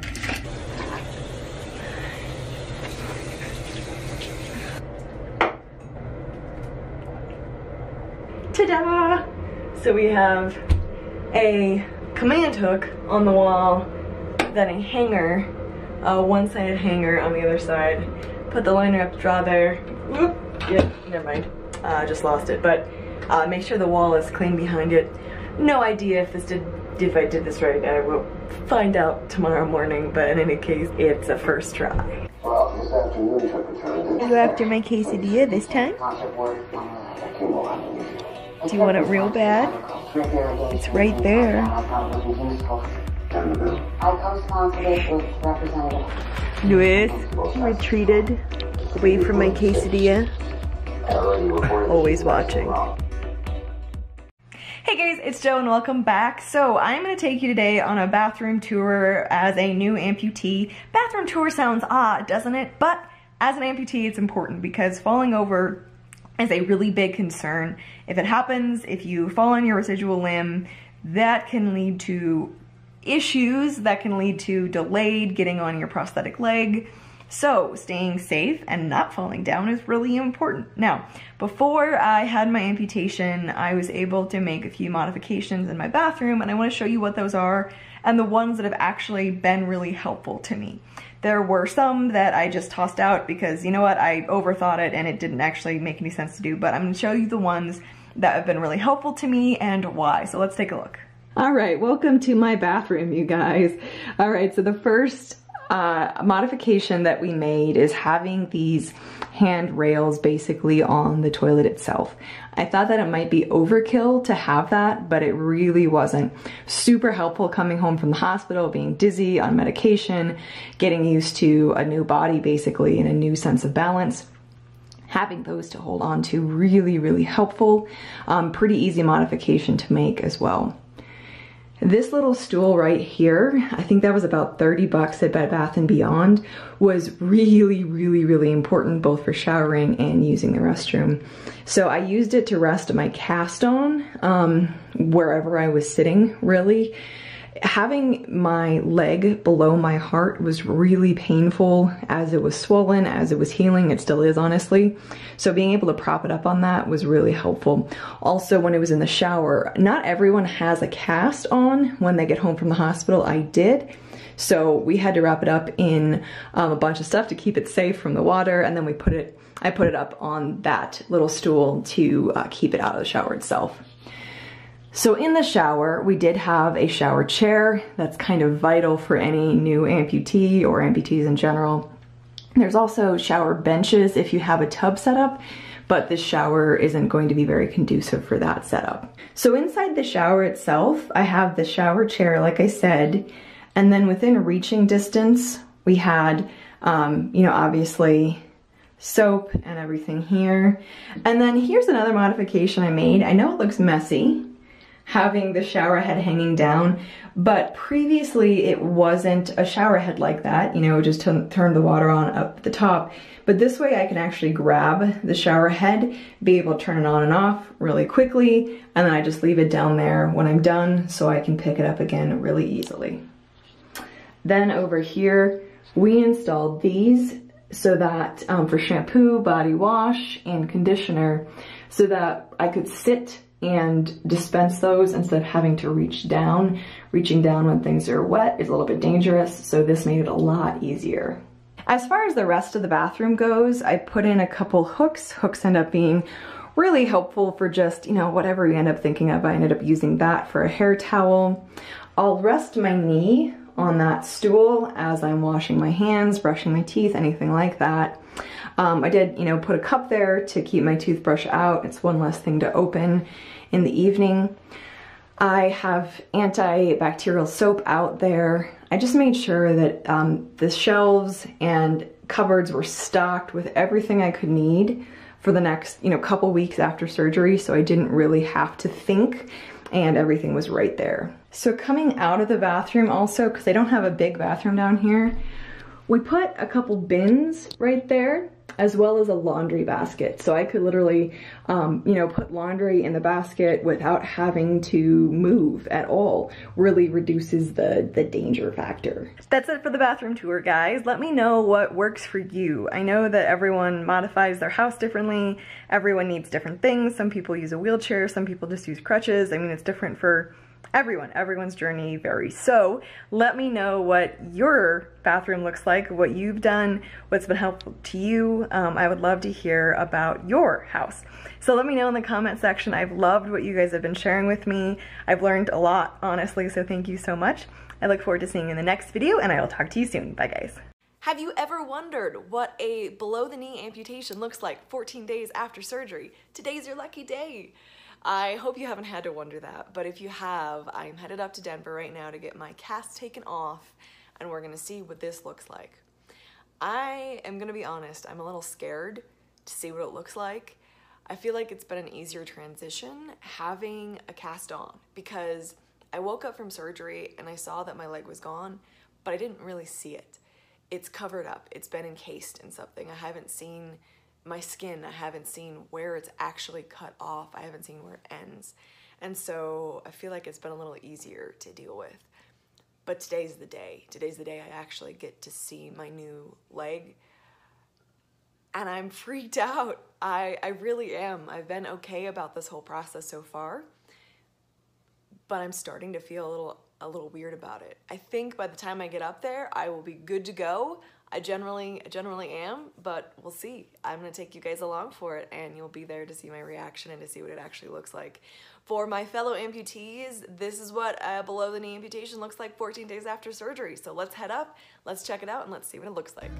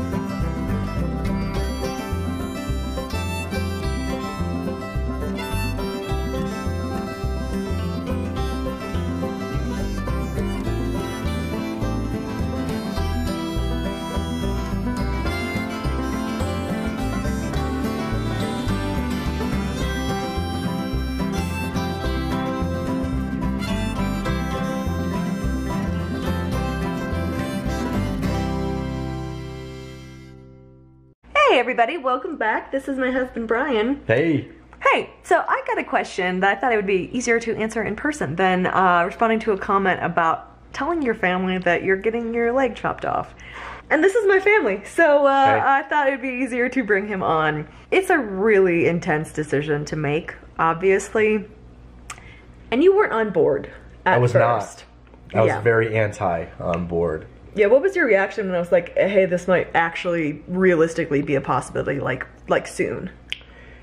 So when we were initially presented with the option of doing the next step, it was either doing the amputation or doing a full ankle replacement.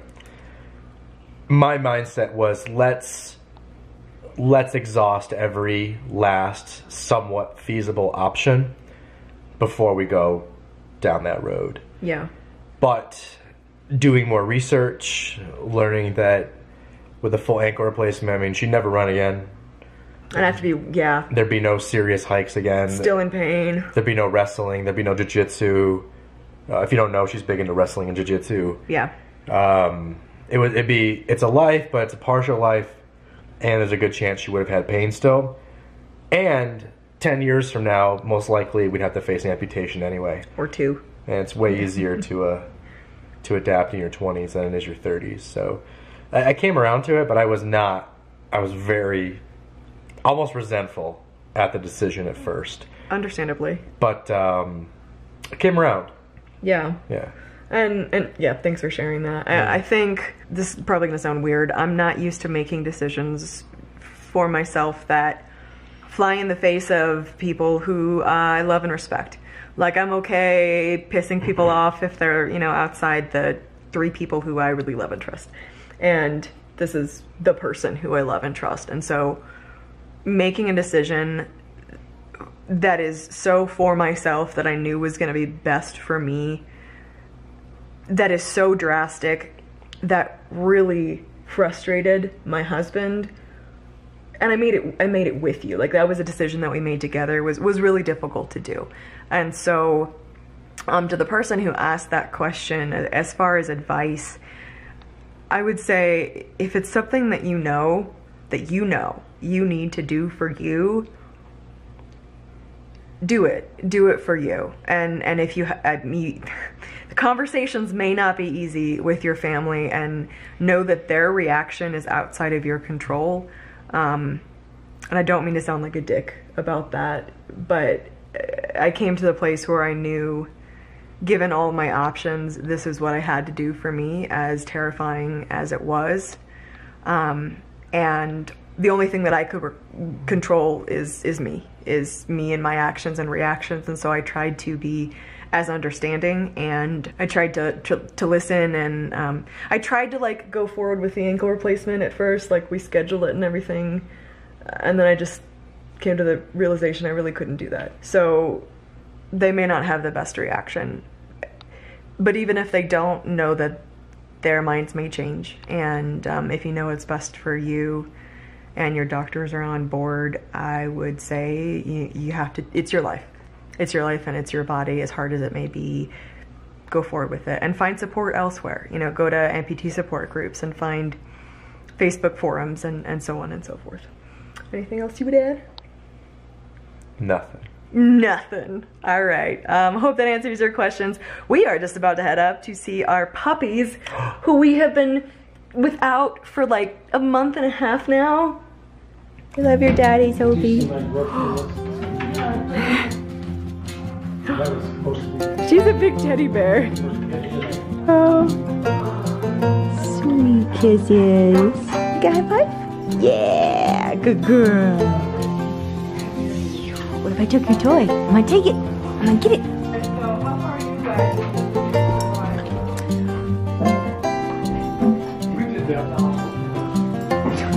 You guys match.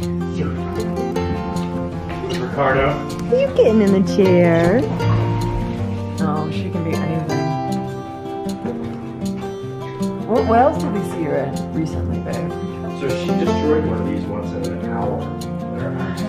1 hour she had her party, had to test full hour. Because we trained them so well.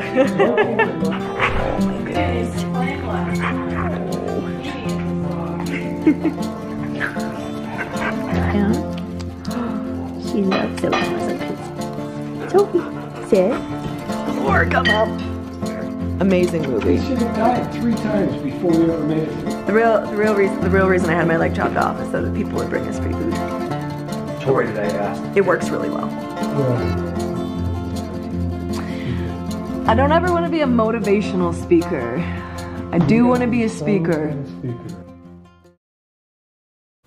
It's time for therapy, guys. Mirror therapy. Mirror therapy can be very effective in treating phantom limb pain.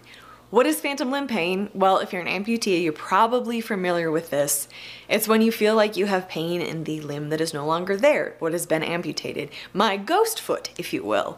I feel like I have someone stabbing my foot, or like there's an electrical wire hooked up to my toes, or like someone is peeling my skin. It's, you know, fun things like that.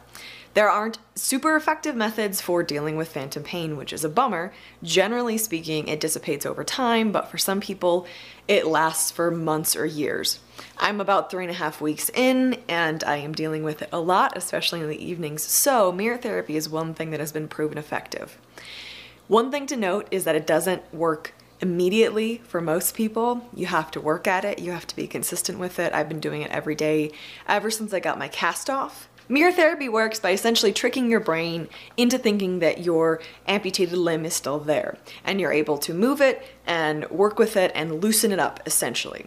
Your brain has a map of that limb that has been amputated, and that doesn't go away overnight. So your brain still thinks that your foot or your hand or your leg or your arm is still there. So this is what we do for mirror therapy. Now, I want to note real quick that I'm not a doctor, I'm not a physical therapist, I'm not an occupational therapist, I'm just an amputee who has learned a little bit about mirror therapy, so I'm just sharing my experience. Let's dive in. The first thing you're going to want for mirror therapy is obviously a mirror. Now, I'm going to show this for leg amputees, but if you're an arm amputee or another limb amputee, this can work for you. You just have to modify it.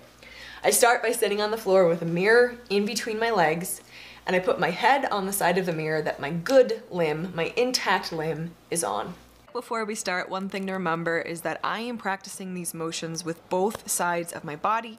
I'm trying to mirror these movements, and I am visualizing that side of my body as if it was fully there. So as I move my toes, as I move my ankle, I am trying to do so with the side of my body that has been amputated, even though it's not there, and I'm staring into the mirror at the side of my body that has been amputated and visualizing that it is still intact. So I'm going to begin by rocking my leg back and forth, and you can honestly begin by any kind of motion that you want. As we continue on, I might start moving my toe up and down, and notice that the whole time I'm looking in the mirror at the other side, at the reflection of my good leg, and I'm picturing the whole time that I have both legs. I may start making circles with my ankle, bigger circles, faster circles, slower circles. I might reverse the direction. Honestly, you can do any motion you want here. Personally, I have found that it's helpful to work up to different motions, so I kind of start off, like I said, by rocking back and forth, and then I'm working up to bigger or faster movements. You can kind of get creative with the movements you do here, but you want to make sure that everything you do is symmetrical, so it's always back and forth or circular. You never want to picture anything in the mirror or do anything that doesn't match what your leg is doing, what the reflection is doing. Now, if you feel like your toes are stuck together, you might want to move them apart and watch it move apart and picture that your amputated feet are actually moving, that that leg is moving, that those toes are moving. Now, ideally, I've heard that you want to practice this for about 15 minutes a day. So that's what mirror therapy looks like, guys. It definitely feels like my leg is moving. It feels like both legs are moving at the same time and making those movements. It's gotten easier the longer that I've done it, and occasionally it will help a little bit with pain. At first it didn't at all, and so I feel like maybe it's starting to work. But I've only done it for a week and a half now, and I know sometimes it can take up to a month to set in. So if you start doing mirror therapy, I would say definitely don't get discouraged if you don't feel any relief in the first couple weeks, because the relief I feel lasts for seconds, not hours. But people say it takes a little while, so keep with it. Make sure that you get instruction from your physical therapist or occupational therapist or doctor if they'll provide it for you as well. They'll definitely give you additional tips, and I hope you enjoyed this video. I'll see you in the next one. Hey everybody, it's Jo. So today we're going to do a follow-up video to yesterday's video in which I talked to my husband about his reaction to my amputation and learning that I was going to have an amputation. Family reactions can be pretty challenging, and I got a question about this and it really got me thinking, and so I thought maybe I'll interview another family member. So my dad's coming over today, we're gonna have some lunch, and then I'm gonna ask him some questions about that. Telling your family and people who are close to you, whether that be a partner or a good friend, is hard, can be really difficult. Some people are on board 100%, support you no matter what, and some people aren't. And this is specifically related to elective amputations, you know, where maybe there are other options that aren't good and you're choosing this one. I was talking to my mom last night. One thing that she said, because she did have a difficult time adjusting, she was amazing to me, and she was so supportive, but she said, make sure that you give people time. And I think that that is very wise advice, because initial reactions to the news were not fantastic. People tended to get very emotional, understandably so. Ooh, I think that's my dad right now. I'm gonna continue this after we have lunch with Dad. Sometime before you leave. That would be awesome, Dad. So I have my dad here with me. Hello. And I wanted to, like I said, introduce you guys to him and give him a chance to kind of share his experience of having his daughter have an amputation. Dad, why don't you share your experience with the world? Can I actually go back a little further first? Yeah, absolutely. The first time that I got involved where it was not good was when Julie came home and shared with me that you were going to have an ankle fusion. And I was just angry at the medical field that you can't do something as simple as putting cartilage back in there. Yeah. And then as the years went on and all the pain and everything, and then finally you came to me at one point, and well, actually over the last year or so you've been hinting toward, I just want to cut off. I just want to cut off. Just cut it off. I'm sitting there going, yeah, no way, no way. No, That's a joke. No, I do. You know, yeah. You kind of helped me warm up to the idea. And so when you went up to see the surgeon, I was glad that I could go, because I wanted to really understand what is this all about, and is that really an option that makes sense? And I'll interject real quick for everyone watching. I did bring my family with me to the appointments because I feel like that would help them understand really what was going on medically, so they could ask questions as well. So that might be an option if your family's having a hard time adjusting to it. And so the surgeon was I don't want to say politically correct, but I think he was very cautious in how to advise, because cutting the foot off, that is a one-way street. An ankle replacement, you can still do the amputation if that doesn't work. And so he kept saying either option is a good option. And so on the way home, Jordan asked me, so what do you think, Dad? I just advised her, you know, you can always do the amputation. You can't put it back on if that doesn't work. Yeah. And she listened, and I felt pretty good the next day when she was saying, no, I'm going to do the ankle replacement. And then came the phone call after she had met with Helena, I think. Yeah. Let me pause here real quick. Who he is talking about is a fellow below-the-knee amputee who was so kind to meet with me in person and talk about what it's like to actually be a below-the-knee amputee and what her story was. And she was very open and honest with me and talked me through the process. And it was through that conversation. It's not that it changed my mind. It's not that, you know, she made me decide I want to have my leg chopped off. It was that in that conversation, I really realized that that is what I wanted all along. And that by scheduling the replacement initially, I was just trying to make other people happy. And this is what I really wanted. And her conversation and her sharing her story and seeing her and, you know, her living her life wonderfully without a leg helped me see I could do this too. So that is who he's referring to by this person. And she said, Dad, do you think I'm nuts if I change my mind? And I listened, and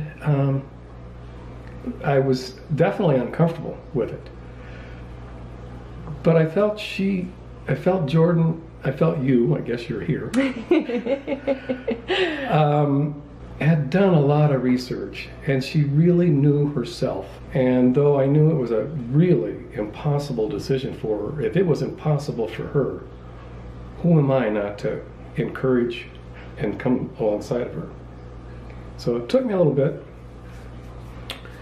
But the day before surgery, I said, you know, you're doing the right thing. It was a journey. My wife and I talked about it a lot, and I've been excited because I can see the excitement in Jordan, the expectation of what life's going to be after all this pain, and that pain will end or subside substantially.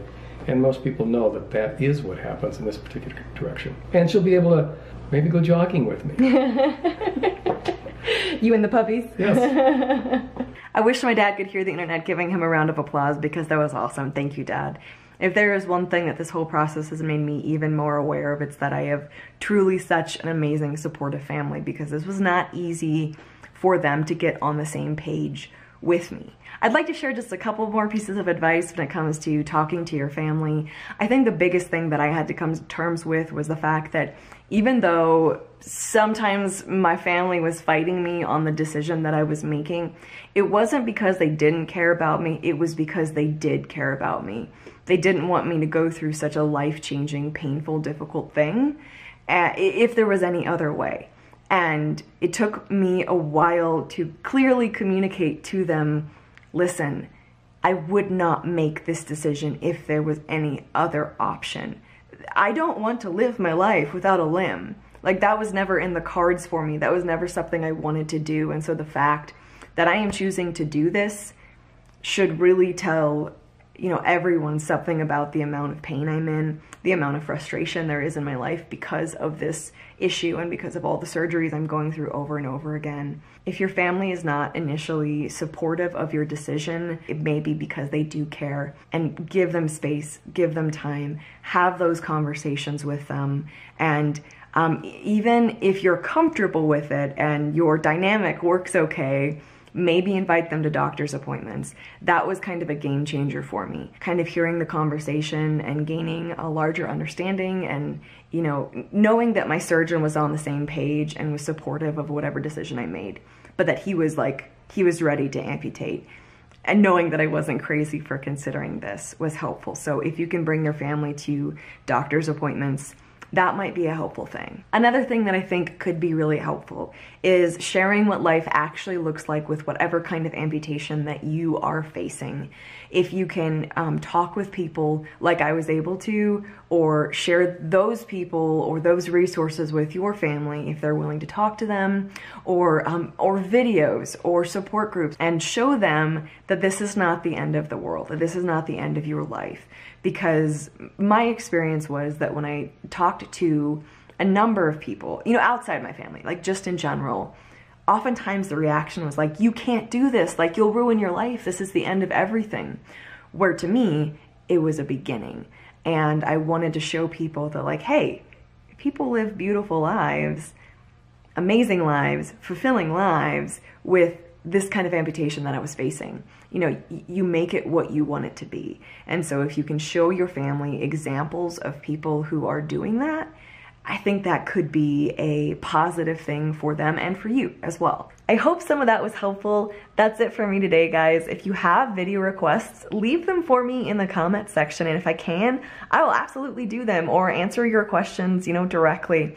This video came off of a request, and I was more than happy to do it. So I will look forward to your comments, and I will see you soon. Take care of yourselves. Have a fan-freaking-tastic day, and I will talk to you soon. Bye. Good morning, everybody. This is Monkey, my adorable dog. Now, I introduce you to her because she has just ruined the next couple weeks of my life, but I love her so dearly. So here's what happened. I was sitting quietly on my couch minding my own business when she leapt up and hit my leg and broke my wound open. Didn't you? Yes, I did. I talked to my prosthetist's office, and what that means is that I will not be able to get casted for my socket this week. I will not be able to put pressure in it this week. I will not be able to maybe take my first step this week because this little monster broke it open, and you can't put any pressure on an open wound. So I just had my first real setback. Now, here's the other issue. Now, this little monster, who is now trying to be real cute, and she is real cute, may have actually saved me in a fashion, because when she broke it open, there was, this is going to be delightful for those of you who like pus, a lot of pus. And so I'm wondering if maybe there's some kind of small infection or something like that that I need to be watching out for. And so maybe she saved me. So I'll be seeing my doctor in 2 days. I have a call into them, and we will see what's going on. I'll definitely be watching for signs of infection, and I will be taking my temperature and all that good stuff, and my sweet little puppy will have to go back to my parents' house. I'm gonna roll some footage of me visiting the dogs before I brought Monkey back. So dogs are like the love of my life next to my amazing husband. I have 3 of them and 2 cats because we have too many animals, and life is amazing with animals. And so I got to go visit them at like 3 weeks after surgery, because we had them outside the house because we didn't want this to happen, and then I thought I could bring Monkey home. Her name's Monkey. And I think I already told you that. Maybe I'm high on drugs still. And I brought her home too early, apparently, because she broke it open. That's okay. Roll the footage of adorable puppies.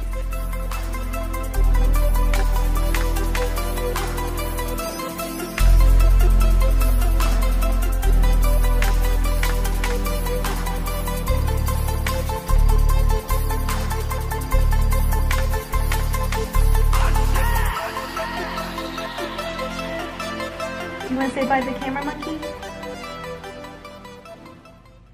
So that's it, guys. I'll let you know how the healing process goes, and hopefully I don't have a crazy infection. Take care of yourselves. I'll talk to you soon. Hey guys, it's Jo. So I am in the hospital. It is day 2 post-amputation. Check it out. I've got an awesome purple cast courtesy of my surgeon. He was gonna make it boring and white, but then he went up to a special floor to give me a purple cast. Anyways, surgery went well. The amputation went really well. No complications, which is awesome. Pain was really difficult to get under control after amputation because the nerve block didn't really work, and so I woke up and was in a ton of pain for hours and kind of like panicking also, not from the amputation, but just like from the pain and from all the drugs and everything. So my husband came in and they were trying to get the pain under control for like 3 hours as I was like freaking out. But it went well after that. And so they've just been trying to get everything stabilized in the hospital. They put in, I don't know if you can see these little fancy cords, but they put in a permanent, semi-permanent nerve block. So it'll be in for like 3 days, 4 days. I'm gonna go home with that hopefully today, fingers crossed. And that will definitely help with pain management. And I got off all the IV drugs yesterday, which I was really hoping to do, so I can get home today and get comfortable. So that's pretty much the update. I am definitely having phantom sensations, which is weird. Like I feel my foot, I feel my ankle, I feel my toes right now, but like you can see, they don't exist. So that's sufficiently odd. I haven't had a lot of phantom pain except for the first day, like waking up.